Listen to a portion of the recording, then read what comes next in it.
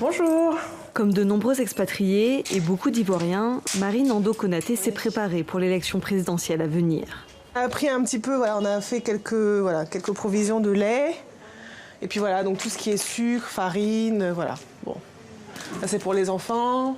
De quoi tenir quelques jours s'il faut éviter de sortir.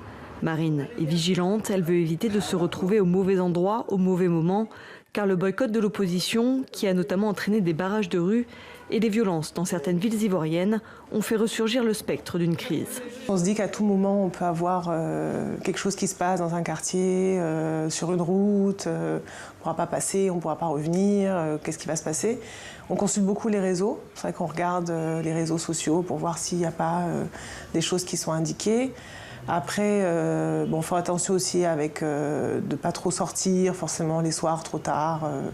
Cette période préélectorale tendue a aussi un impact sur sa vie professionnelle. Son cabinet de kinésithérapeute est situé sur le campus de l'université d'Abidjan, qui a été le théâtre d'affrontements il y a une semaine. Alors Marine a décidé de déménager chez une collègue. Je préfère mettre en sécurité les affaires, faire les soins dans un endroit un peu plus sécurisé, on va dire, pour les patients aussi les rassurer. Et puis les 10 jours, si après les dépouillements, tout se passe bien, et voilà, on réintègre l'université, quoi. De nombreux Français ont profité des vacances de la Toussaint pour partir à l'étranger, parfois contraints par leur employeur.